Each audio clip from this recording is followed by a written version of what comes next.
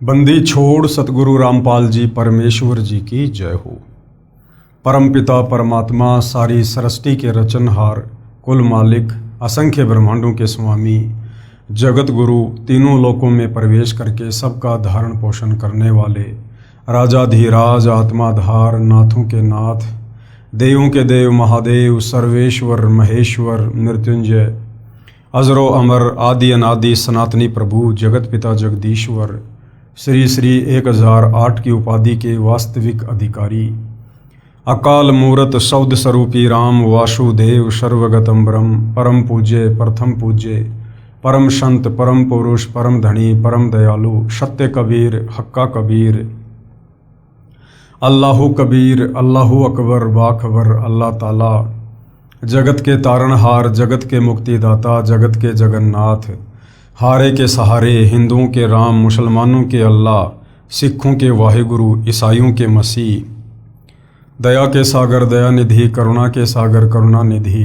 स्वयंभू परिभू, संकट मोचन, कष्ट हरण, मंगल करण, दुख भंजन, अविगत कबीर, निर्विकार निर्विषम परमात्मा, अलय अलेख सतगुरु, आदि अनादि सतगुरु, असली मर्यादा पुरुषोत्तम, असली राम, असली कृष्ण, असली घनश्याम, असली मुरारी, राजाओं के राजा, महाराजाओं के महाराजा, शहंशाहों के शहंशाह, सम्राटों के सम्राट, भगवानों के भगवान, अल्लाहों के अल्लाह, प्रभुओं के प्रभु, मसीहाओं के मसीह, सच्चे वाहिगुरु,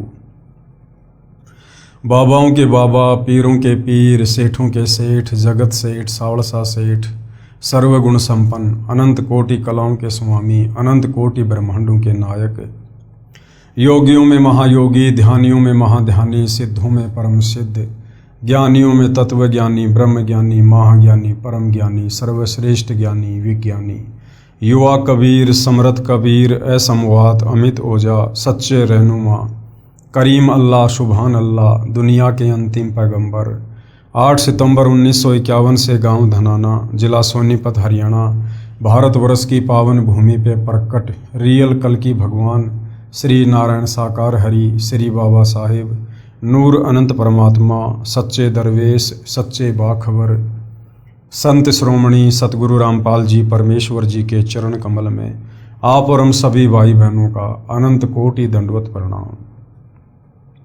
सत्साई भाई और बहनों, बहुत बड़ी दया, बहुत बड़ी मेहर पूज्य गुरुदेव भगवान की, परमेश्वर रामपाल जी की, जिनके शुभ आशीर्वाद से, विशेष आशीर्वाद से, उन्हीं के सत्संगों के संग्रह के ऊपर बन चुकी पवित्र आध्यात्मिक पुस्तक कबीर बड़ा या कृष्ण के ऊपर वीडियो बनाने की श्रृंखला जारी है। इसी श्रृंखला में आज हमारा ये 26वें नंबर का वीडियो है। इस पवित्र पुस्तक कबीर बड़ा या कृष्ण के प्रत्येक वीडियो से विशेषकर हिंदू समाज से जुड़े भाई बहनों को अध्यात्म के विषय में, भक्ति और भगवान के विषय में बहुत कुछ जानने और समझने को मिल रहा है। भाई और बहनों, वर्तमान में इस पवित्र पुस्तक पर हमारा जो टॉपिक चल रहा है वो है जनता की अदालत। जनता की अदालत में जज खुद जनता को बनाया गया है, क्योंकि जनता शिक्षित है, एजुकेटेड है, अपनी आंखों से अपने ही धर्म ग्रंथों में लिखी हुई सच्चाई को सुनकर, देखकर, पढ़कर भली भांति निर्णय कर सकती है। मुद्दा क्या चल रहा है? कबीर बड़ा या कृष्ण, यानी सुप्रीम गॉड कौन है, सर्वशक्तिमान प्रभु कौन है। हिंदू धर्म के तमाम धर्मगुरु आचार्य शंकराचार्य जो जनता की अदालत में श्री कृष्ण उर्फ विष्णु जी की तरफ से उनके वकील बनकर खड़े हैं, उनका दावा है कि हमारे हिंदू धर्म ग्रंथों में, वेदों में, गीता में, पुराणों में श्री कृष्ण उर्फ विष्णु जी को परम शक्ति कहा गया है। ये अजरो अमर हैं, अविनाशी हैं, इनके कोई माता पिता नहीं हैं और इन्हीं की भक्ति से मुक्ति संभव है। तो दूसरी तरफ कबीर जी के वकील सतगुरु रामपाल जी ने उन्हीं हिंदू धर्म ग्रंथों का, वेदों का, गीता जी का, पुराणों का हवाला देकर जनता की अदालत में प्रत्यक्ष प्रमाण दिखाकर ये साबित कर दिया कि श्री कृष्ण उर्फ विष्णु ये नाशवान भगवान हैं। इनका जन्म होता है, इनकी मृत्यु होती है, इनकी माँ का नाम दुर्गा है, इनके पिता का नाम काल ब्रह्म है और इनकी भक्ति से मुक्ति संभव नहीं है, क्योंकि अभी तक तो श्री कृष्ण उर्फ विष्णु की खुद की मुक्ति नहीं है, तो भला इनकी पूजा करने वालों की मुक्ति कैसे संभव हो जाएगी। अब भाइयों और बहनों, ये तमाम बातें जो जनता की अदालत में सतगुरु रामपाल जी की तरफ से हिंदू धर्म ग्रंथों को दिखा दिखा कर रखी जा रही हैं, उन्हें देखने के बाद जनता की धीरे धीरे आंखें खुलने लगी हैं। जनता विचार करने लगी है कि हमारे धर्म गुरु हमारे ही धर्म ग्रंथों में लिखी सच्चाई हमें नहीं बता पाए। कारण तत्व ज्ञान का अभाव, क्योंकि तत्वदर्शी संत के बिना आप कभी भी अध्यात्म को नहीं समझ सकते। गीता अध्याय 4 श्लोक 34 में गीता ज्ञानदाता खुद अर्जुन को कह रहा है कि अर्जुन, अगर तुझे पूर्ण परमात्मा की भक्ति करनी है, तुझे सदा सदा के लिए जन्म और मृत्यु से अपना पीछा छुड़वाना है, तो किसी तत्वदर्शी संत की शरण में चला जा। वो तत्वदर्शी संत ही तुझे परमात्मा के मार्ग की जानकारी देगा। इससे सिद्ध है कि पवित्र गीता जी में भी वो कंप्लीट ज्ञान नहीं है, क्योंकि गीता खुद आगे का ज्ञान लेने के लिए, पूर्ण ज्ञान लेने के लिए तत्वदर्शी संत की शरण में जाने का आदेश दे रही है। तो हिंदू समाज की धीरे धीरे आंखें खुल रही हैं और जनता की अदालत में जनता अब सतगुरु रामपाल जी से अध्यात्म में रुचि लेते हुए अध्यात्म के विषय में तरह तरह के सवाल कर रही है। जो सवाल उनके दिलो दिमाग में गूंज रहे थे, परंतु जवाब नहीं मिल पा रहा था, अब उन्हें अपने प्रत्येक सवाल का प्रमाणित जवाब मिल रहा है और शास्त्रों से आंखों से देखकर उनको संतुष्टि भी हो रही है। तो इसी कड़ी में जब जनता सतगुरु रामपाल जी से अध्यात्म के विषय में और अधिक जानने लगी कि हमें कबीर जी की भक्ति अपनाने से पहले क्या इन देवी देवताओं की भक्ति छोड़नी पड़ेगी, क्या हमें उन परंपरागत पूजाओं को त्यागना पड़ेगा यदि हमने कबीर जी की शास्त्र अनुकूल भक्ति करनी है तो सतगुरु रामपाल जी ने कहा कि हाँ, आपने बिल्कुल शास्त्र विरुद्ध साधना को त्यागना पड़ेगा। और भोली भाली जनता को आदरणीय धर्मदास जी की कथा सुनाकर सतगुरु रामपाल जी अध्यात्म के विषय में बता रहे हैं कि किस प्रकार से 650 साल पहले मथुरा में कबीर परमात्मा एक जिंदा साधु के वेश में आदरणीय धर्मदास जी को मिले, उन्हें गीता जी का यथार्थ ज्ञान समझाया, वेदों के यथार्थ ज्ञान से परिचित कराया और किस प्रकार से धर्मदास जी धीरे धीरे शास्त्र विरुद्ध साधना को त्याग कर शास्त्र अनुकूल साधना करने लगे। तो इसी कड़ी में हम आगे बढ़ते हैं। आदरणीय धर्मदास जी कबीर परमेश्वर जी से, जो कि जिंदा बाबा के रूप में थे, उनसे तरह तरह के सवाल कर रहे हैं और परमात्मा जी उनको जवाब दे रहे हैं। व्रत करना गीता अनुसार कैसा है? परमेश्वर यानी जिंदा साधु के रूप में बोले कि हे धर्मदास, आप एकादशी का व्रत करते हो।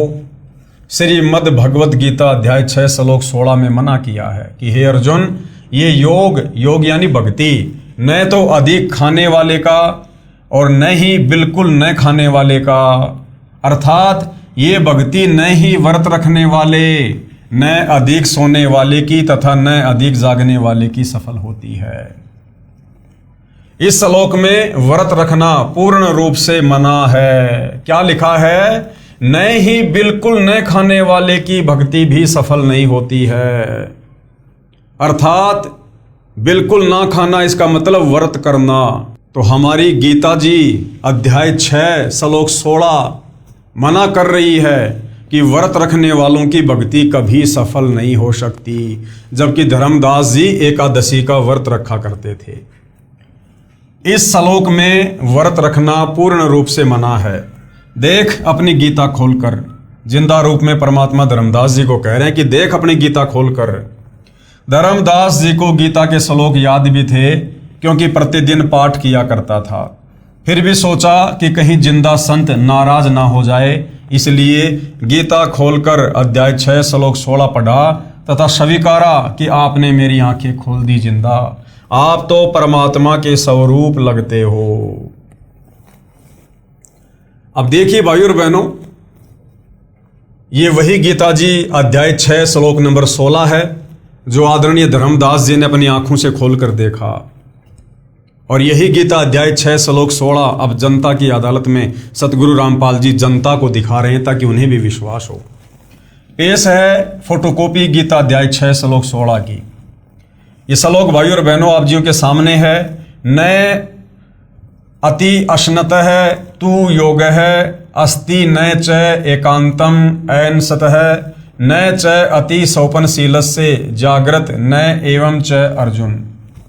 इसका यहाँ पर हिंदी अनुवाद किया हुआ है। हे अर्जुन, यह योग, योग यानी भक्ति, न तो बहुत खाने वाले का, यानी जो बहुत ज़्यादा खाना खाता है, बार बार खाता है, पेट भरा भरा रहता है, ज़्यादा अन्न खाने से वासना प्रबल होती है, नींद आती है, आलस्य आता है।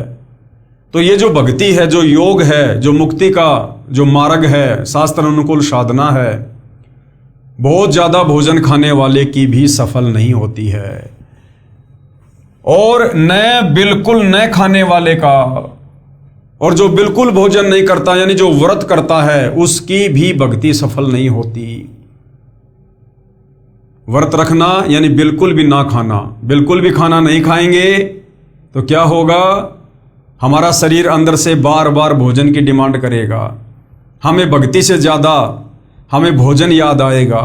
सत्संग सुनने बैठेंगे, बार बार अंदर से भूख जागृत होगी, तो हम ना सत्संग सुन सकते, ना बैठकर शांति से ध्यान से मंत्र कर सकते, ना अन्य कोई भक्ति कर्म कर सकते, यदि हमारा पेट बिल्कुल खाली रहेगा तो। इसलिए हमने संयम के साथ में ये भक्ति करनी है, बिल्कुल संयमित होके, ना ज़्यादा खाना ना कम खाना, जितनी शरीर की आवश्यकता है उतना खाना। और न बिल्कुल न खाने वाले का तथा न बहुत शयन करने स्वभाव वाले का, और जो बहुत ज़्यादा सोता है उसकी भी कभी भक्ति सफल नहीं हो सकती।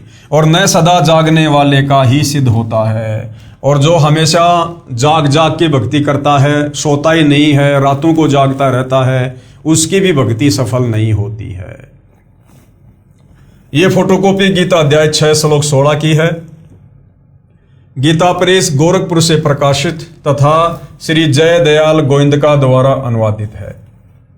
इसमें स्पष्ट कहा है कि योग यानी साधना उनकी सफल नहीं होती जो बिल्कुल कुछ नहीं खाते यानी व्रत रखते हैं। श्राद्ध पिंडदान गीता अनुसार कैसा है?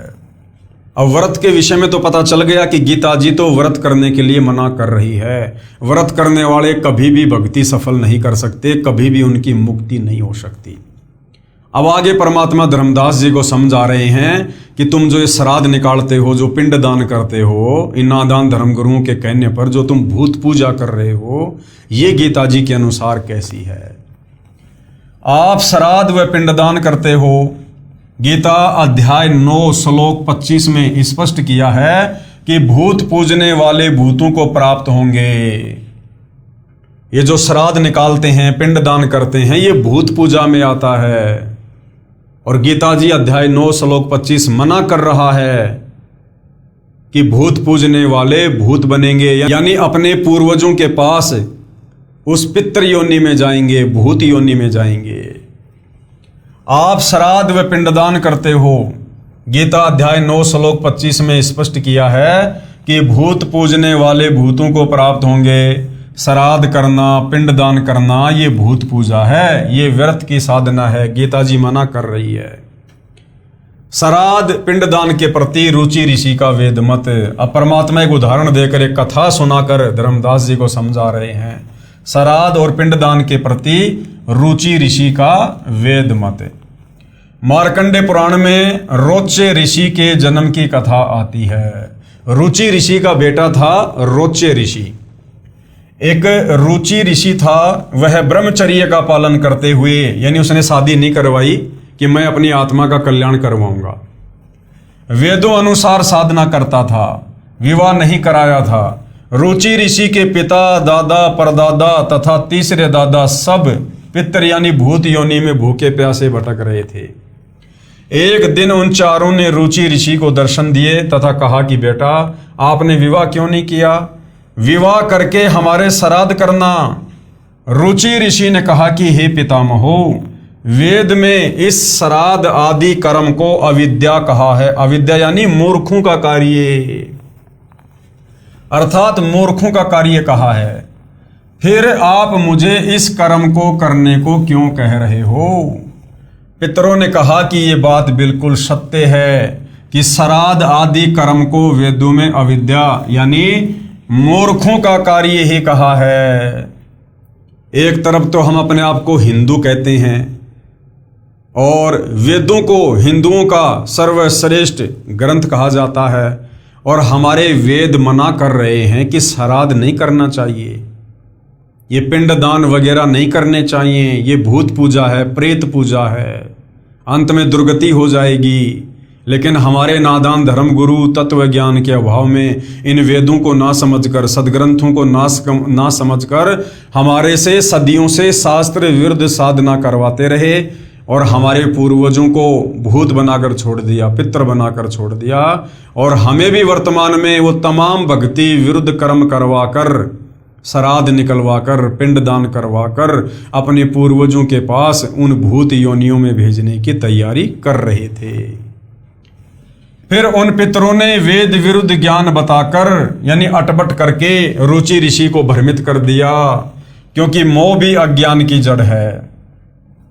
मार्कंडे पुराण के प्रकरण से सिद्ध हुआ कि वेदों में तथा वेदों के ही संक्षिप्त रूप गीता में श्राद्ध, पिंडोतक आदि भूत पूजा के कर्म को निषेध बताया है, नहीं करना चाहिए। यानी गीता जी मना कर रही है तो समझो वेद मना कर रहे हैं, क्योंकि चारों वेदों का संक्षिप्त रूप श्रीमद् भगवत गीता है।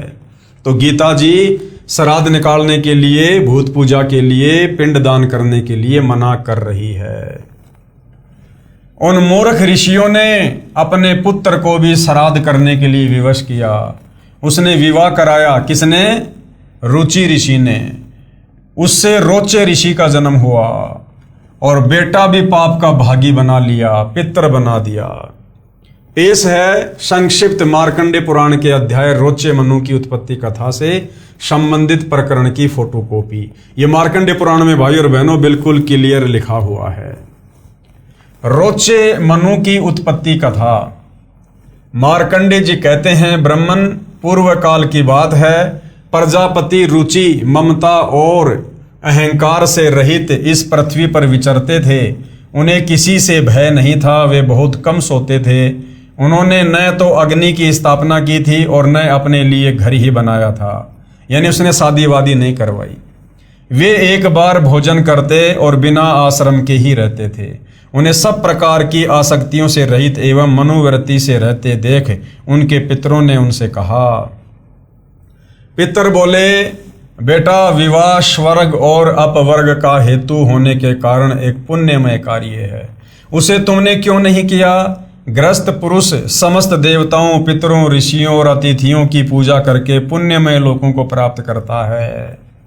वो पितर रुचि ऋषि को भ्रमित कर रहे हैं कि शादी करवा कर उसके बाद तू ये श्राद्ध वगैरह निकाल, पिंडदान वगैरह कर, इससे तुझे उत्तम लोकों में जगह मिलेगी। तो ये सारे कर्म तो उसके दादा परदादा वो भी किया करते थे, फिर उनको भूत योनियों क्यों मिल गई? उन्हें वो अच्छे लोग क्यों नहीं मिले? अर्थात वो भूत योनि में थे और वो भूख प्यास से बेहाल थे, और उन्होंने किसी भी प्रकार से रुचि ऋषि को बहलाकर, फुसलाकर, डराकर, लोभ लालच देकर, शादी करवाकर, उसके कर्म फुड़वाकर श्राद्ध निकलवाने थे, जिससे उन पितरों को थोड़ी बहुत राहत प्राप्त हो। तो क्या बोले वो पुत्र? गृहस्थ पुरुष यानी शादीशुदा व्यक्ति समस्त देवताओं, पितरों, ऋषियों और अतिथियों की पूजा करके पुण्यमय लोगों को प्राप्त करता है। वह स्वाहा के उच्चारण से देवताओं को, सवधा के उच्चारण से, शब्द से पितरों को तथा अन्नदान आदि से भूत आदि प्राणियों एवं अतिथियों को उनका भाग समर्पित करता है। बेटा, हम ऐसा मानते हैं कि गृहस्थ आश्रम को स्वीकार न करने पर तुम्हें इस जीवन में कलेश पर कलेश उठाना पड़ेगा। वो कोई कलेश नहीं उठा रहा था, आराम से अपनी भक्ति कर रहा था, कोई टेंशन नहीं थी। अब शादी करवा कर उसके जीवन में कलेश पैदा कर दिया इन पितरों ने, तथा मृत्यु के बाद और दूसरे जन्म में भी कलेश ही भोगने पड़ेंगे। रुचि ने कहा, पितरगण, परिग्रह मात्र ही अत्यंत दुख एवं पाप का कारण होता है। परिग्रह यानी शादी करवाना, ये शादी करवाना ही जीवन में सबसे बड़ा कलेश है, रुचि ऋषि ने कहा अपने पितरों को। तथा उससे मनुष्य की अधोगति होती है। यही सोचकर मैंने पहले स्त्री संग्रह नहीं किया। मन और इंद्रियों को नियंत्रण में रखकर जो ये आत्म संयम किया जाता है वह भी प्रगृह करने पर मोक्ष का साधक नहीं होता। ममता रूप कीचड़ में सना हुआ होने पर भी ये आत्मा को परिग्रह शून्य चित्त रूपी जल से प्रतिदिन धोया जाता है। वह श्रेष्ठ प्रयत्न है। जितेंद्रिय विद्वानों को चाहिए कि वे अनेक जन्मों द्वारा संचित कर्म रूपी षड में सने हुए आत्मा का सदा सनारूपी जल से प्रक्षालन करें। पितर बोले, बेटा जितेंद्रिय होकर आत्मा का प्रक्षालन करना उचित ही है, किंतु तुम जिस मार्ग पर चल रहे हो, वो पितर अब क्या कह रहे हैं रुचि ऋषि को, किंतु तुम जिस मार्ग पर चल रहे हो वह मोक्ष मार्ग है। यानी बेटा तूने जो शादी वादी नहीं करवाई है और जो तू जिस प्रकार वेदों अनुसार भक्ति कर रहा है, श्राद्ध वगैरह नहीं निकाल रहा, ये मोक्ष मार्ग है। वो पितर भी इस बात को स्वीकार कर रहे हैं क्योंकि वो भी विद्वान थे, वेदों को पढ़ा करते थे जब मनुष्य योनि में थे। तो कह रहे हैं बेटा रुचि तू जिस प्रकार से भक्ति कर रहा है ना, ये वास्तव में मोक्ष मार्ग है। किंतु फलेच्छा रहित दान और शुभाशुभ के उपभोग से भी पूर्वकृत अशुभ कर्म दूर होता है। लेकिन उन्होंने फिर अटपट करनी शुरू कर दी क्योंकि भूखे मर रहे थे। इसी प्रकार दया भाव से प्रेरित होकर जो कर्म किया जाता है वह बंधन कारक नहीं होता। फल कामना से रहित कर्म भी बंधन में नहीं डालता। पूर्व जन्म में किया हुआ मानव का शुभाशुभ कर्म सुख दुखमय भोगों के रूप में प्रतिदिन भोगने पर ही क्षीण होता है। इस प्रकार विद्वान पुरुष आत्मा का प्रक्षालन करते और उसकी बंधनों से रक्षा करते हैं। ऐसा करने से वह अविवेक के कारण पाप रूपी कीचड़ में नहीं फंसता। रुचि ने पूछा, पितामहो यानी हे पितृगणों, वेद में कर्म मार्ग को अविद्या कहा है। कर्म मार्ग यानी कर्म कांड को वेदों में अविद्या यानी मूर्खों का काम कहा है। फिर क्यों आप लोग मुझे उस मार्ग में लगा रहे हो? तो पितर क्या बोले, ये सत्य है कि कर्म को यानी पाखंड को अविद्या ही कहा गया है, इसमें तनिक भी मिथ्या नहीं है। फिर भी इतना तो निश्चित है कि उस विद्या की प्राप्ति में कर्म ही कारण है। विहित कर्म का पालन न करके जो अधम मनुष्य संयम करते हैं वह संयम अंत में मोक्ष की प्राप्ति नहीं कराता, अपितु अधोगति ले जाने वाला होता है। वत्स, तुम तो समझते हो कि मैं आत्मा का प्रक्षालन कर रहा हूं, यानी उसको डराना शुरू कर दिया, किंतु वास्तव में तुम शास्त्र विहित कर्मों के न करने के कारण पापों से दग्ध हो रहे हो। कर्म अविद्या होने पर भी विधि के पालन द्वारा सौदे हुए विष की भांति मनुष्यों का उपकार करने वाला ही होता है। इसके विपरीत वह विद्या भी विधि की अवहेलना से निश्चय ही हमारे बंधन का कारण बन जाती है। अतः बेटा तुम विधि पूर्वक स्त्री संग्रह करो यानी शादी करवाओ। ऐसा ना हो कि इस लोक का, यानी उसको डरा दिया बेचारे को और उसने शादी करवा ली और अंत में अपनी दुर्गति करवाई।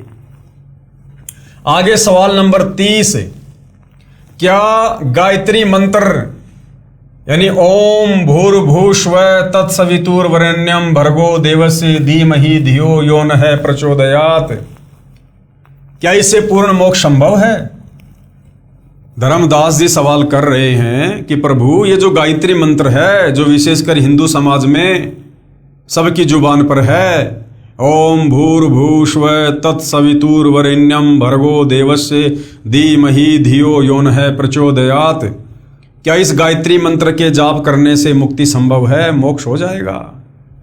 तो परमात्मा जी कह रहे हैं, धर्मदास इन नादान धर्म गुरुओं ने यजुर्वेद अध्याय 36 मंत्र 3 का केवल एक मंत्र समाज को रट्टा लगवा दिया और इस मंत्र में भी इन्होंने जबरदस्ती ओम शब्द जोड़ दिया, जबकि वेद के मूल मंत्र में ओम शब्द नहीं है। इन नादान धर्म गुरुओं ने ओम शब्द लगाकर परमात्मा की अवहेलना की है। जो लाभ साधक को ज्ञान यज्ञ का उस एक मंत्र के जाप करने से मिलना था वो भी नहीं मिलेगा। उत्तर, जिसे गायत्री मंत्र कहते हो वह यजुर्वेद के अध्याय 36 का मंत्र 3 है। जिसके आगे ओम अक्षर नहीं है। ये जो ओम अक्षर है ये वेद में नहीं है, ये नादान धर्म गुरुओं ने अपनी तरफ से जोड़ दिया। यदि ओम अक्षर को इस वेद मंत्र के साथ जोड़ा जाता है तो परमात्मा का अपमान है, क्योंकि ओम अक्षर तो ब्रह्म का जाप है, यानी काल का जाप है। यजुर्वेद अध्याय 36 मंत्र 3 में परम अक्षर ब्रह्म की महिमा है। यदि कोई अज्ञानी व्यक्ति पत्र तो लिख रहा है प्रधानमंत्री को और लिख रहा है सेवा में श्रीमान मुख्यमंत्री जी, तो वह प्रधानमंत्री का अपमान कर रहा है। फिर बात रही इस मंत्र यजुर्वेद के अध्याय 36 मंत्र 3 को बार बार जाप करने की, ये क्रिया मोक्षदायक नहीं है। मंत्र का मूल पाठ इस प्रकार है, यानी यजुर्वेद अध्याय 36 मंत्र 3 जो वास्तव में है वो क्या है? भूर्भुस्व, यानी ओम से शुरू नहीं है।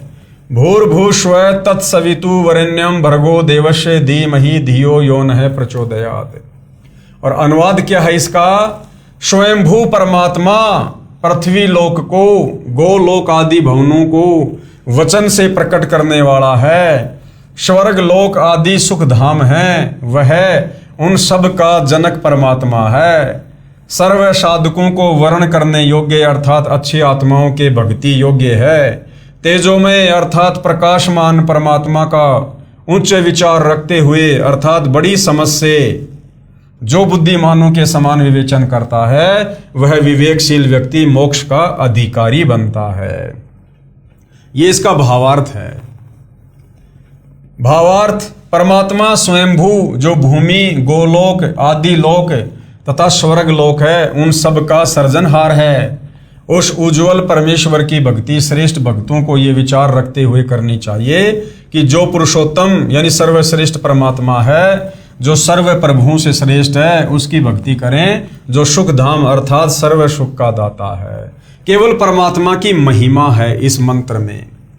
उपरोक्त मंत्र का ये हिंदी अनुवाद व भावार्थ है। इसकी संस्कृत या हिंदी अनुवाद को पढ़ते रहने से मोक्ष नहीं है, क्योंकि ये तो परमात्मा की महिमा का एक अंश है। अर्थात हजारों वेद मंत्रों में से यजुर्वेद अध्याय 36 का मंत्र संख्या 3 केवल एक मंत्र है। यदि कोई चारों वेदों को भी पढ़ता रहे तो भी मोक्ष नहीं है। मोक्ष होगा वेदों में वर्णित ज्ञान के अनुसार भक्ति क्रिया करने से। उदाहरण, बिजली की महिमा है कि बिजली अंधेरे को उजाले में बदल देती है। बिजली ट्यूबवेल चलाती है जिससे फसल की सिंचाई होती है। बिजली आटा पीसती है, आदि आदि बहुत से गुण बिजली के लिखे हैं। यदि कोई व्यक्ति प्रतिदिन बिजली के गुणों का पाठ करता रहे तो उसे बिजली का लाभ प्राप्त नहीं होगा। लाभ प्राप्त होगा बिजली का कनेक्शन लेने से। कनेक्शन कैसे प्राप्त हो सकता है? उस विधि को प्राप्त करके फिर बिजली के गुणों का लाभ प्राप्त हो सकता है। केवल बिजली की महिमा को गाने मात्र से नहीं, इसी प्रकार वेद मंत्रों में अर्थात श्रीमद् भगवत गीता जो चारों वेदों का सार है, उसमें मोक्ष प्राप्ति के लिए जो ज्ञान कहा है, उसके अनुसार आचरण करने से मोक्ष लाभ अर्थात परमेश्वर प्राप्ति होती है। आगे धर्मदास जी ने फिर परमात्मा जी से प्रश्न किया। प्रश्न धर्मदास जी का, हे जिंदा, मुझे तो ये भी ज्ञान नहीं है कि गीता में मोक्ष प्राप्ति का ज्ञान कौन सा है। मैंने गीता को पढ़ा है परंतु समझा नहीं। हमारे धर्म गुरुओं ने जो भक्ति बताई उसे श्रद्धा से करते आ रहे हैं। वर्षों से चला आ रहा भक्ति का शास्त्र विरुद्ध प्रचलन सर्व भक्तों को सत्य लग रहा है। क्या गीता में लिखी भक्ति विधि पर्याप्त है? तो परमेश्वर जी ने क्या जवाब दिया? उत्तर जिंदा बाबा का, गीता में केवल ब्रह्म स्तर की भक्ति विधि लिखी है, यानी केवल इस काल ब्रह्म ज्योति निरंजन तक की भक्ति है। पूर्ण मोक्ष के लिए परम अक्षर ब्रह्म की भक्ति करनी होगी। गीता में पूर्ण विधि नहीं है, केवल संकेत है। जैसे गीता अध्याय 17 श्लोक 23 में कहा है कि सच्चिदानंद घन ब्रह्म अर्थात परम अक्षर ब्रह्म की प्राप्ति के लिए ओम तत् सत इस मंत्र का निर्देश है। इसके सुमरण की विधि 3 प्रकार से है। इस मंत्र में ओम तो क्षर पुरुष अर्थात इस ब्रह्म का मंत्र तो स्पष्ट है, परंतु परब्रह्म अक्षर पुरुष का मंत्र तत् है, यानी सांकेतिक है, जो सांकेतिक है। उपदेशी को तत्वदर्शी संत बताएगा। यानी वर्तमान में सतगुरु रामपाल जी बताते हैं जो भगत सतनाम प्राप्त करता है। और तीसरा जो सत है ओम तत् सत में, ये मंत्र पूर्ण ब्रह्म यानी परम अक्षर ब्रह्म का है, ये भी सांकेतिक है। इसको भी तत्वदर्शी संत उपदेशी को बताता है। तत्वदर्शी संत के पास पूर्ण मोक्ष मार्ग होता है जो ना वेदों में है, ना गीता में, तथा ना पुराणों या अन्य उपनिषदों में। तत्व ज्ञान की सत्यता को प्रमाणित करने के लिए गीता तथा वेद सहयोगी हैं। जो भक्ति विधि वेद गीता में है वही तत्व ज्ञान में भी है। सूक्ष्म वेद अर्थात तत्व ज्ञान में वेदों तथा गीता वाली भक्ति विधि तो है ही, इससे भिन्न पूर्ण मोक्ष वाली साधना भी है।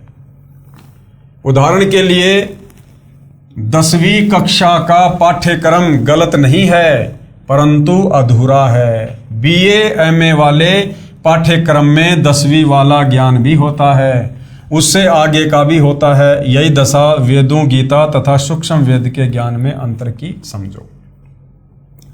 फिर धर्मदास जी ने आगे और प्रश्न किया, प्रश्न नंबर 32, गीता तथा वेदों में ये कहाँ प्रमाण है कि पूर्ण मोक्ष मार्ग तत्वदर्शी संत के पास ही होता है? वेदों व गीता में नहीं है। हे प्रभु जिंदा मेरी शंका का समाधान कीजिए। आपका ज्ञान हृदय को छूता है, सत्य भी है, परंतु विश्वास तो प्रत्यक्ष प्रमाण देखकर ही होता है। तो परमेश्वर जी ने उत्तर दिया, गीता अध्याय 4 श्लोक 25 से 30 में गीता ज्ञानदाता ने बताया है कि हे अर्जुन, सभी भगत अपनी साधना व भक्ति को पाप नाश करने वाली अर्थात मोक्षदायक जानकर ही करते हैं। यदि उनको ये निश्चय न हो कि तुम जो भक्ति कर रहे हो ये शास्त्र अनुकूल नहीं है तो वे साधना ही छोड़ देते। जैसे कई साधक देवताओं की पूजा रूपी यज्ञ अर्थात धार्मिक अनुष्ठान करके ही पूजा मानते हैं, अन्य ब्रह्म यानी काल तक की पूजा करते हैं, कई केवल अग्नि में घी आदि डालकर अनुष्ठान करते हैं जिसको हवन कहते हैं। गीता अध्याय 4 श्लोक 25, ये देखिएगा, गीता अध्याय 4 श्लोक नंबर 25। दूसरे योगीजन देवताओं के पूजन रूप यज्ञ का ही भली भांति अनुष्ठान किया करते हैं और अन्य योगीजन यानी अन्य जो भगत हैं वो परब्रह्म परमात्मा रूप अग्नि में अभेद दर्शन रूप यज्ञ के द्वारा ही आत्म रूप यज्ञ का हवन किया करते हैं।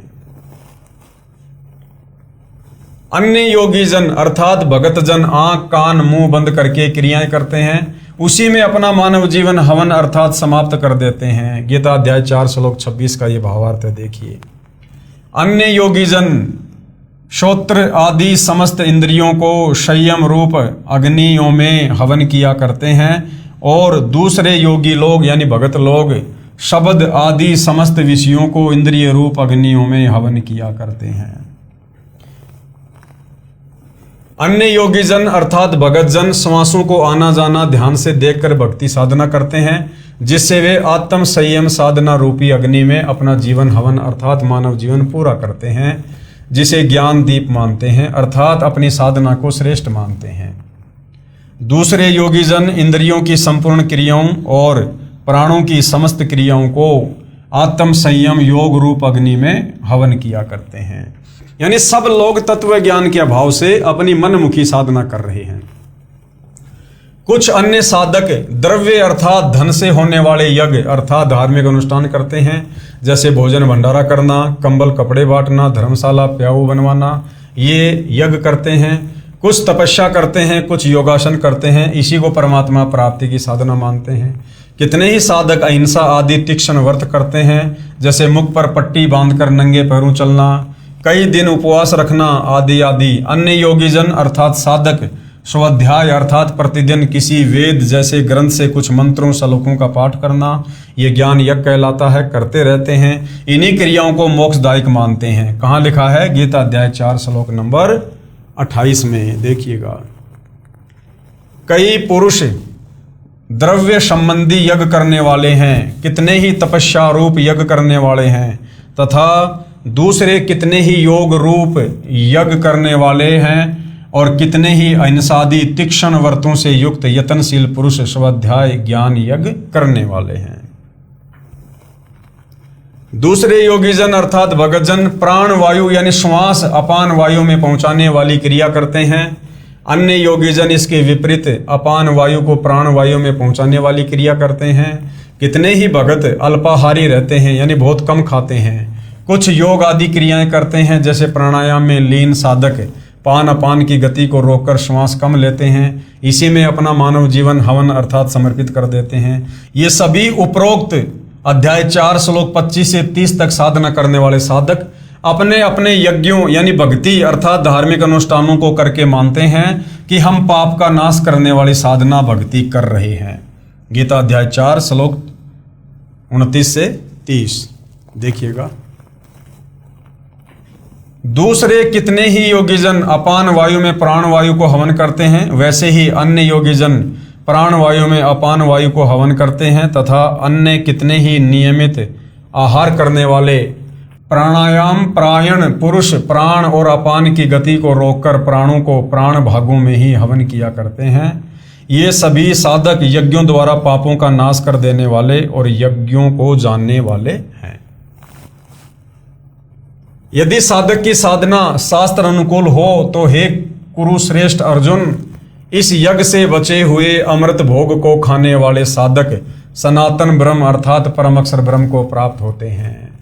और यज्ञ अर्थात शास्त्र अनुकूल साधना न करने वाले पुरुष के लिए तो यह पृथ्वी लोक भी सुखदायक नहीं होता, फिर परलोक कैसे सुखदायक हो सकता है।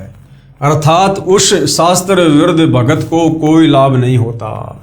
यही प्रमाण गीता अध्याय 16 श्लोक 23-24 में भी है। ये देखिए गीता अध्याय 4 श्लोक 31 की फोटोकॉपी। हे कुरुश्रेष्ठ अर्जुन, यज्ञ से बचे हुए अमृत का अनुभव करने वाले योगी जन सनातन परब्रह्म परमात्मा को प्राप्त होते हैं, और यज्ञ न करने वाले पुरुष के लिए तो यह मनुष्य लोक भी सुखदायक नहीं, फिर परलोक कैसे सुखदायक होगा। यानी शास्त्र अनुकूल साधना करने वाले के लिए तो सब कुछ ठीक है, और जो शास्त्र विरुद्ध साधना करता है उसके लिए तो ये लोक भी सुखमय नहीं है। फिर भला मरने के बाद में दूसरा लोक सुखमय कैसे होगा, सीधा नरक में जाएगा। गीता ज्ञान दाता ने ऊपर के 25 से 30 तक श्लोकों में स्पष्ट किया है कि जो भगत जैसी साधना कर रहा है उसे मोक्षदायक तथा सत्य मानकर कर रहा है। परंतु गीता अध्याय 4 के ही श्लोक 32 में बताया कि यज्ञों अर्थात धार्मिक अनुष्ठानों का यथार्थ ज्ञान ब्रह्मण मुखे यानी परम अक्षर ब्रह्म स्वयं अपने मुख कमल से बोलकर देता है। वह सच्चिदानंद घन ब्रह्म अर्थात परम अक्षर ब्रह्म की वाणी कही गई है। उसे तत्व ज्ञान भी कहते हैं, उसी को 5वां वेद सूक्ष्म वेद भी कहते हैं। उस तत्व ज्ञान में भक्ति विधि विस्तार के साथ बताई गई है। उसको जानकर भगत सर्व पापों से मुक्त हो जाता है अर्थात पूर्ण मोक्ष को प्राप्त हो जाता है।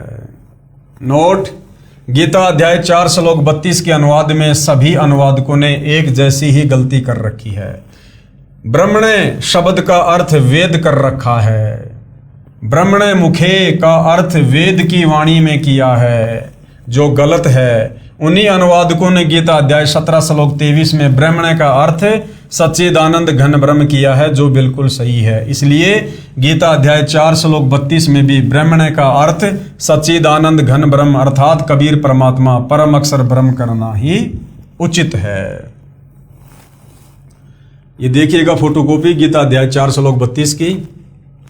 एवं बहुविधा यज्ञा वितता ब्रह्मणे मुखे कर्म जान विधि तान सर्वान एवं ज्ञात्वा विमोक्षस्य। इस प्रकार और भी बहुत तरह के यज्ञ वेद की वाणी में नहीं, ब्रह्मणे मुखे यानी परमात्मा के मुख कमल से उच्चारित वाणी में, सच्चिदानंद घन ब्रह्म की वाणी में, कबीर वाणी में विस्तार से कहे गए हैं। उन सब को तू मन इंद्रिय और शरीर की क्रिया द्वारा संपन्न होने वाला जान। इस प्रकार तत्व से जानकर उसके अनुष्ठान द्वारा तू कर्म बंधन से सर्वदा मुक्त हो जाएगा।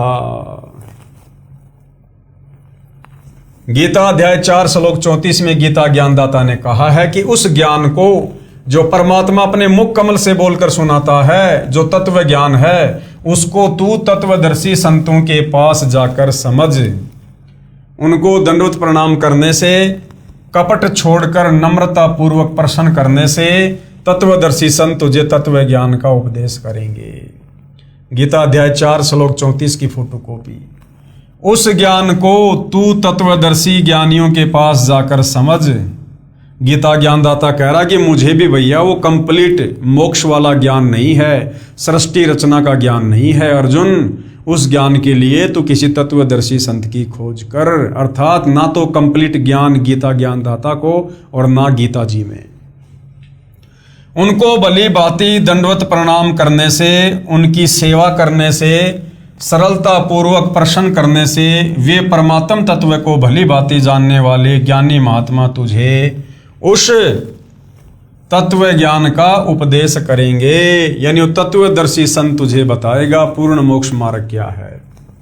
इससे यह भी सिद्ध हुआ कि गीता वाला ज्ञान पूर्ण नहीं है, परंतु गलत भी नहीं है। गीता ज्ञानदाता को भी पूर्ण मोक्ष मार्ग का ज्ञान नहीं, क्योंकि तत्व ज्ञान की जानकारी गीता ज्ञानदाता को नहीं है। जो परमात्मा यानी परम अक्षर ब्रह्म ने अपने मुख कमल से बोला होता है, उसको तत्वदर्शी संतों से जानने के लिए कहा है। यही प्रमाण यजुर्वेद अध्याय 40 मंत्र 10 में भी है। कहा है कि परम अक्षर ब्रह्म को कोई तो समवात अर्थात रामकृष्ण की तरह उत्पन्न होने वाला साकार कहते हैं, कोई असमवात अर्थात परमात्मा उत्पन्न नहीं होता, वह निराकार है। परमेश्वर उत्पन्न होता है या नहीं उत्पन्न होता, वास्तव में कैसा है ये ज्ञान कौन बताएगा? धीराणाम यानी तत्वदर्शी संत बताते हैं, उनसे पूछो कि परमात्मा जन्म लेता है या नहीं लेता है, ये कौन बताएगा? तत्वदर्शी संत। अब भाई परमात्मा जन्म लेता है या नहीं लेता है, ये परमात्मा के अलावा दूसरा कौन बता सकता है? तो तत्वदर्शी संत की भूमिका निभाने के लिए खुद परमात्मा ही आते हैं। प्रश्न नंबर 33 धर्मदास जी का सवाल है, प्रभु हे जिंदा, तत्वदर्शी संत की क्या पहचान है तथा प्रमाणित सदग्रंथों में कहां प्रमाण है? आपका ज्ञान आत्मा के आर पार हो रहा है। गीता का शब्दा शब्द यथार्थ भावार्थ आप जी के मुख कमल से सुनकर युगों की प्यासी आत्मा कुछ तृप्त हो रही है, गदगद हो रही है। तो कबीर परमेश्वर जो जिंदा बाबा के रूप में थे, उन्होंने तत्वदर्शी संत की क्या पहचान बताई और कहाँ लिखी हुई है? उत्तर जिंदा परमेश्वर जी का। परमेश्वर ने बताया कि पहले तो लक्षण सुन तत्वदर्शी संत अर्थात पूर्ण ज्ञानी सतगुरु के। सतगुरु के लक्षण 4 बखाना। प्रथम वेद शास्त्र को ज्ञाना, दूजे हरि भक्ति मन कर्म बानी, तीसरे समदृष्टि कर जानी, चौथे वेद विधि सब कर्मा, ये 4 गुरु गुण जानो मरमा। कबीर सागर के अध्याय जीव धर्म बोध के पेज नंबर 1960 पर ये अमृतवाणियां अंकित है। भावार्थ क्या है? जो तत्वदर्शी संत यानी पूर्ण सतगुरु होगा उसमें 4 मुख्य गुण होते हैं। नंबर 1, वह वेदों तथा अन्य सभी ग्रंथों का पूर्ण ज्ञानी होगा। तो वर्तमान में इस धरती पर सतगुरु रामपाल जी के अलावा ना तो कोई तत्वदर्शी संत है, ना कोई इस विश्व के सभी सदग्रंथों का ज्ञाता है। तो पहला लक्षण भी वर्तमान में सतगुरु रामपाल जी पर ही फिट होता है। दूसरा लक्षण, दूसरे वह परमात्मा की भक्ति मन कर्म वचन से स्वयं करता है, केवल वक्ता वक्ता नहीं होता, उसकी करनी और कथनी में अंतर नहीं होता। तो भाई सन 1994 से लेकर और 10 अप्रैल 2026 तक सतगुरु रामपाल जी ने जो भी वचन फरमाए हैं, आप उनको मिलान करके देख सकते हो। आपको उनकी करनी और कथनी में कोई अंतर नहीं मिलेगा। तो दूसरा लक्षण भी सतगुरु रामपाल जी पर ही सेट होता है। 3, वह सर्व अनुयायियों को समान दृष्टि से देखता है, ऊंच नीच का भेद नहीं करता। सतगुरु रामपाल जी का नारा है, जीव हमारी जाति है, मानव धर्म हमारा, हिंदू मुस्लिम सिख ईसाई धर्म नहीं कोई न्यारा। आज यदि सर्व समाज को समान रूप से समदृष्टि रूप से देखते हुए यदि कोई प्यार दे रहा है, यदि कोई ज्ञान दे रहा है, तो केवल एकमात्र सतगुरु रामपाल जी हैं। तो तीसरा लक्षण भी सतगुरु रामपाल जी पर ही सेट होता है। चौथा लक्षण क्या है? चौथे, वह सर्व भक्ति कर्म वेदों के अनुसार करता तथा करवाता है। आप शंकराचार्यों को देख लो, किसी भी हिंदू धर्मगुरु को देख लो, मुसलमान, जैनी, सिख, यहूदी, फारसी, मंगोली, किसी भी धर्म के धर्मगुरुओं को देख लो, वो अपने धर्म ग्रंथों के अनुसार भी भक्ति साधना अपने अपने समाज को नहीं करवा रहे हैं, शास्त्र विरुद्ध साधना ही करवा रहे हैं। एकमात्र पूरे विश्व में सतगुरु रामपाल जी हैं जो पूरे विश्व के जो प्रमाणित ग्रंथ हैं, चारों वेद और गीता जी, उनके अनुसार भक्ति साधना करवा रहे हैं। तो ये चारों लक्षण वर्तमान में सतगुरु रामपाल जी पर फिट होते हैं और ये चारों लक्षण तत्वदर्शी संत के हैं और तत्वदर्शी संत की भूमिका खुद कबीर परमात्मा यानी परम अक्षर ब्रह्म ही करता है। तो सतगुरु रामपाल जी वर्तमान में स्वयं पूर्ण ब्रह्म परमेश्वर हैं। चौथा, वह सर्व भक्ति कर्म वेदों के अनुसार करता तथा करवाता है, अर्थात शास्त्र अनुकूल भक्ति साधना करता तथा कराता है। ये ऊपर का प्रमाण तो सूक्ष्म वेद में है जो परमेश्वर ने अपने मुख कमल से बोला है, यानी कबीर सागर में। अब आप जी को श्रीमद् भगवत गीता में प्रमाण दिखाते हैं कि तत्वदर्शी संत की क्या पहचान बताई है। श्रीमद् भगवत गीता अध्याय 15 श्लोक 1 में स्पष्ट है, ऊर्ध्व मूलम अधः शाखम अश्वत्थम प्राहु अव्यम छंदासी यस्य पर्णानि ये तम वेद स वेदविद। क्या अनुवाद किया है? ऊपर को मूल यानी जड़ वाला और नीचे को तीनों गुण रूपी शाखा वाला उल्टा लटका हुआ संसार रूपी पीपल का वृक्ष जानो। इसे अविनाशी कहते हैं क्योंकि उत्पत्ति प्रलय चक्र सदा चलता रहता है, जिस कारण से इसे अविनाशी कहा है। इस संसार रूपी वृक्ष के पत्ते आदि छंद हैं अर्थात भाग हैं। ये तम वेद जो इस संसार रूपी वृक्ष के सर्वे भागों को तत्व से जानता है, वह वेद के तात्पर्य को जानने वाला है, अर्थात वह तत्वदर्शी संत है। जैसा कि गीता अध्याय 4 श्लोक 32 में कहा है कि परम अक्षर ब्रह्म स्वयं पृथ्वी पर प्रकट होकर अपने मुख कमल से तत्व ज्ञान विस्तार से बोलते हैं। परम अक्षर ब्रह्म खुद ही तत्वदर्शी संत का रूप बनाकर धरती पर प्रकट होकर अपना तत्व ज्ञान बताते हैं।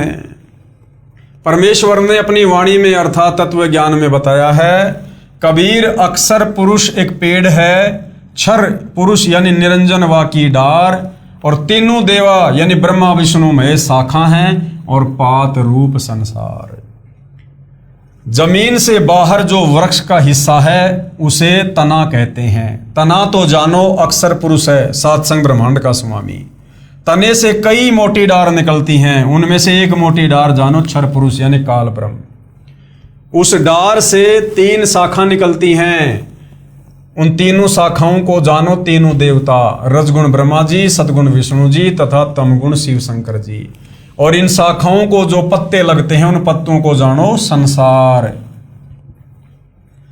गीता अध्याय 15 श्लोक 1 से 4 में सांकेतिक विवरण है, तत्व ज्ञान में विस्तार से कहा गया है। पहले गीता ज्ञान के आधार से ही जानते हैं। गीता अध्याय 15 श्लोक 2 में कहते हैं कि संसार रूपी वृक्ष की तीनों गुण यानी रजगुण ब्रह्मा जी, सतगुण विष्णु, तमगुण शंकर जी रूपी शाखाएं हैं।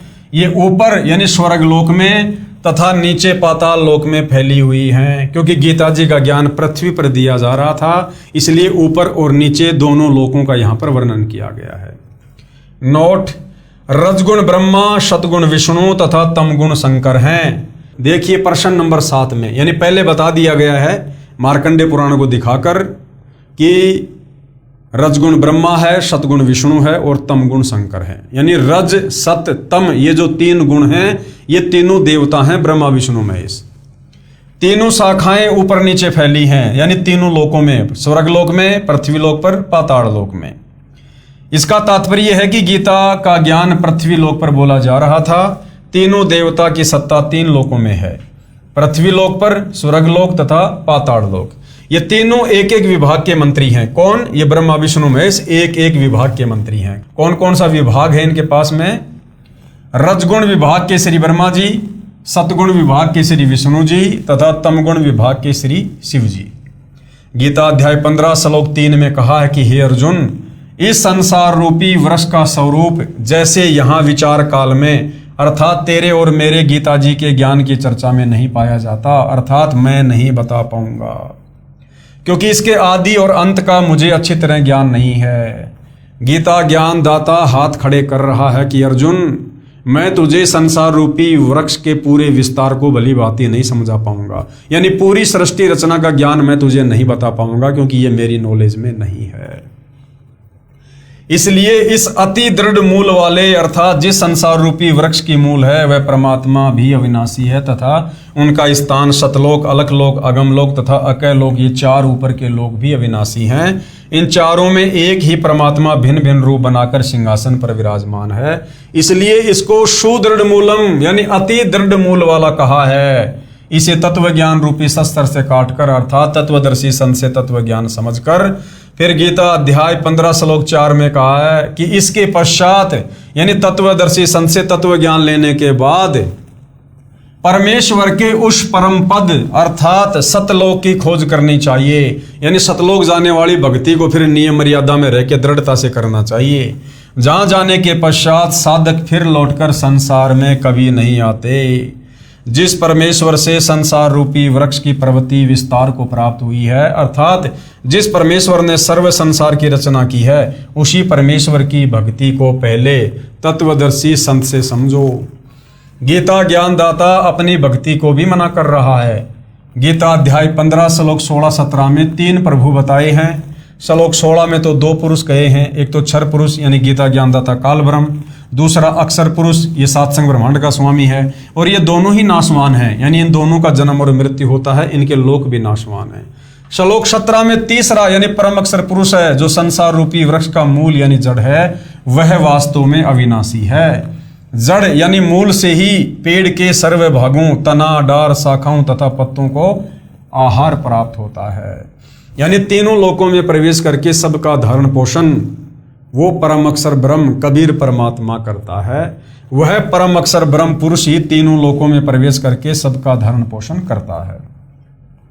उसी मूल मालिक की पूजा करनी चाहिए। गीता जी क्या कह रही है, गीता ज्ञानदाता का क्या कह रहा है कि उसी मूल मालिक परम अक्षर ब्रह्म सत्य पुरुष कबीर देव की पूजा करनी चाहिए, ना कि ब्रह्मा विष्णु महेश की, काल की, दुर्गा की, इनकी नहीं। इस विवरण में तत्वदर्शी संत की पहचान तथा गीता ज्ञानदाता की अल्पज्ञता अर्थात तत्व ज्ञानहीनता स्पष्ट दिखाई दे रही है। ये देखिएगा भाई और बहनों, वो उल्टा लटका हुआ संसार रूपी पेड़ है जो गीता अध्याय 15 श्लोक 1 से 4 में वर्णित है कि जो इसकी सही सही व्याख्या करके बता देगा वो तत्वदर्शी संत होगा। तो ये सतगुरु रामपाल जी परमेश्वर जी ने सर्वप्रथम पूरे विश्व में सबसे पहले ये बताया है कि वास्तव में गीता अध्याय 15 श्लोक 1 से 4 का भावार्थ क्या है। ये संसार रूपी उल्टा लटका हुआ वृक्ष है। देखिएगा, इस वृक्ष की जो जड़ है वो जमीन के अंदर है। बाहर क्या दिखाई देता है, केवल ये तना तना दिखाई दे रहा है, तना तना। ये तना कौन है, ये 7 संग ब्रह्मांड का स्वामी अक्षर पुरुष है जिसके 7 संग ब्रह्मांड हैं। ये तना कहां से निकल रहा है, जड़ों से निकल रहा है। जड़ क्या है, ये कबीर परमात्मा है। कबीर परमात्मा सारी सृष्टि का मालिक, यानी ऊपर के जो चारों लोक हैं वो अविनाशी हैं, जो कबीर परमात्मा है वो अविनाशी है, इसलिए इसको सुदृढ़ मूल वाला कहा है। फिर ये अक्षर पुरुष है, 7 संग ब्रह्मांड का स्वामी जो ये तना है। इस तने से फिर एक मोटी डार निकल रही है। ये मोटी डार ये कौन है, ये 21 ब्रह्मांड का स्वामी ज्योति निरंजन है, काल है, ये दुर्गा का पति। इस मोटी डार से फिर 3 शाखाएं निकल रही हैं। ये 3 शाखाएं क्या हैं, ये रजगुण ब्रह्मा है, सतगुण विष्णु है और तमगुण शंकर है। और शाखाओं के जो ये पत्ते लग रहे हैं ये कौन है, ये आप और हमारे जैसे आम प्राणी हैं, तीनों लोकों के प्राणी, स्वर्गलोक के, पृथ्वीलोक के, पाताल लोक के। तो इस प्रकार से ये संसार रूपी वृक्ष है, यानी पूरी सृष्टि का मैप है ये कि सबसे ऊपर 4 लोक हैं, अकैलोक, अगमलोक, अलखलोक और शतलोक, जो बिल्कुल अविनाशी हैं। जैसे पेड़ की जड़ जमीन के अंदर होती है, बिल्कुल नहीं हिलती, इसी प्रकार ऊपर के चारों लोक और उन लोकों का जो स्वामी है और उन लोकों में जो आत्मा रहती हैं वो सब अविनाशी हैं। उसके बाद ये अक्षर पुरुष है जिसके 7 संग ब्रह्मांड हैं। फिर उसके नीचे ये काल ब्रह्म है जिसके 21 ब्रह्मांड है। फिर काल ब्रह्म के नीचे उनके 3 पुत्र ब्रह्मा विष्णु महेश हैं, जो तीनों एक एक गुण से युक्त हैं। और इन तीनों पुत्रों के माध्यम से ये काल तीनों लोकों की सृष्टि को संचालित करवा रहा है। तो ये है संसार रूपी पेड़ का चित्र जो सतगुरु रामपाल जी ने बताया और समझाया। तो वास्तव में हमने भक्ति इस विधि से करनी चाहिए। कैसे करनी चाहिए? जैसे ये दिखाया गया यहां पर, हमने सर्वप्रथम जड़ की पूजा करनी चाहिए। जड़ कौन है? कबीर परमात्मा। और जब हम जड़ की पूजा करेंगे तो हमारे जो संस्कार बनेंगे धार्मिक यज्ञ करने से, मंत्र करने से, वो हमारे संस्कार कहां जाएंगे? इस अक्षर पुरुष के पास जाएंगे। यानी पेड़ की जड़ से खुराक कहां जाती है? पेड़ के तने में। फिर अक्षर पुरुष से हमारे संस्कार कहां जाएंगे? काल ब्रह्म के पास में। काल ब्रह्म से संस्कार जाएंगे ब्रह्मा विष्णु महेश के पास। और ये ब्रह्मा विष्णु महेश फिर ना चाहते हुए भी हमारे को सर्व लाभ देंगे। तो उत्तम विधि तो भक्ति की ये है। और हम लोगों ने क्या कर दिया? नादानी के चलते, तत्व ज्ञान के अभाव में, हमने मिट्टी में, गमले में पेड़ की टहनियों को डाल दिया। हमने जड़ कर दी ऊपर और टहनियों को हमने जमीन में गाड़ दिया। यानी हमने ब्रह्मा विष्णु महेश रूपी शाखाओं की पूजा शुरू कर दी। अब यदि कोई नादान व्यक्ति कहीं से कोई पौधा लाकर उसकी जड़ ऊपर करके और टहनियों को गमले में लगाएगा तो क्या पेड़ कभी फलेगा? कभी नहीं फलेगा, वो नष्ट हो जाएगा। तो हम नादानों ने तत्व ज्ञान के अभाव में, हमारे नादान धर्मगुरुओं के कहने पर ब्रह्मा विष्णु महेश को पूर्ण परमात्मा मानकर भक्ति करनी शुरू कर दी, जिससे हमें भक्ति का कोई लाभ किसी प्रकार का नहीं हुआ। अब सतगुरु रामपाल जी ने आकर हमें बताया कि नादानों, अपनी भक्ति विधि को ठीक करो, सुधारो, विधि से चलो। और उन्होंने हमें शास्त्र अनुकूल साधना दी है। कबीर परमेश्वर की भक्ति शुरू करवाई है, यानी जड़ की भक्ति करनी शुरू करवाई है। भक्ति रूपी पौधे की जड़ को नीचे करके फिर उसमें सिंचाई करवाना शुरू किया है, जिससे जो खुराक है वो जड़ों से तने में जाएगी, तने से डार में, डार से शाखाओं में, और फिर ये शाखा रूपी ब्रह्मा विष्णु महेश हमें हर प्रकार का आध्यात्मिक लाभ देंगे। तो ये जो उल्टे लटके हुए संसार रूपी वृक्ष की व्याख्या है, जिसका वर्णन गीता अध्याय 15 श्लोक 1 से 4 में है, ये विश्व में पहली बार सतगुरु रामपाल जी ने ही बताया है। अर्थात सतगुरु रामपाल जी पूर्ण तत्वदर्शी संत हैं। जिंदा बाबा का दूसरी बार अंतर्ध्यान होना। अब कबीर परमात्मा धर्मदास जी के सामने अचानक अंतर्ध्यान क्यों हुए? क्योंकि धर्मदास जी उस पुराने अज्ञान के चलते, जो अज्ञानी धर्मगुरुओं ने ब्रह्मा विष्णु महेश को ही पूर्ण परमात्मा बताकर उसकी रग रग में वो अज्ञान डाल रखा था। काल प्रेरणा से वो अज्ञान भी बीच बीच में अंगड़ाई ले रहा था। और जब धर्मदास कबीर परमेश्वर के ज्ञान को काटकर ब्रह्मा विष्णु महेश की वकालत करता, तो उस समय फिर परमात्मा समझ जाते कि भैया अब इसके घट में काल आके बैठ गया है, अब ये मेरी बात नहीं सुनेगा। तो परमात्मा फिर दूसरी बार धर्मदास जी की आंखों के सामने से अंतर्ध्यान हो गए। अब धर्मदास बड़ा व्याकुल हो गया। पहले वाली साधना करने का मन नहीं कर रहा, क्योंकि वो शास्त्र विरुद्ध, आगे की साधना भी मिली नहीं। धर्मदास बेचैन हो जाता है।